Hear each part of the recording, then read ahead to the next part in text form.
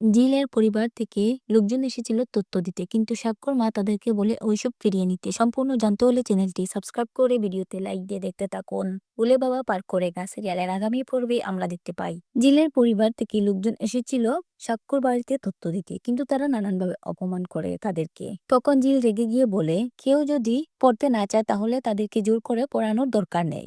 জিল বলে, কি করব বলো, আমাদের তো আর তোমাদের মতন শপিং হয় না। ওই যে পাড়ায় পাড়ায় জামা কাপড় নিয়ে ঘুরে বেড়ায় না, তারা আমাদের বস্তিতেও আসে। আমরা সারা বছরের কাপড় একবারই তাদের থেকে কিনে নেই।